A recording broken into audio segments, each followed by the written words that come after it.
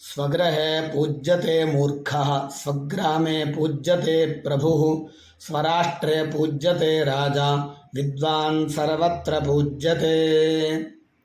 ಮೂರ್ಖನಾದವನಿಗೆ ತನ್ನ ಮನೆಯಲ್ಲಿ ಮಾತ್ರ ಗೌರವ ಇರುತ್ತೆ, ಅಧಿಕಾರಿಗೆ ತನ್ನ ಊರಿನಲ್ಲಿ ಮಾತ್ರ ಗೌರವ ಇರುತ್ತೆ, ರಾಜನಿಗೆ ತನ್ನ ದೇಶದಲ್ಲಿ ಮಾತ್ರ ಗೌರವ ಇರುತ್ತೆ. ಆದರೆ ವಿದ್ಯೆಯನ್ನು ಕಲಿತವನಿಗೆ ಎಲ್ಲೆಡೆಯಲ್ಲೂ ಕೂಡ ಗೌರವ ಇರುತ್ತೆ. ನಾವು ಹಣವಂತರಾದರೆ, ಸೌಂದರ್ಯವಂತರಾದರೆ, ಉತ್ತಮ ದೇಹವನ್ನು ಹೊಂದಿದ್ದರೆ ನಮಗೆ ಸಿಗುವಂತಹ ಗೌರವ ತಾತ್ಕಾಲಿಕವಾಗಿರುತ್ತೆ.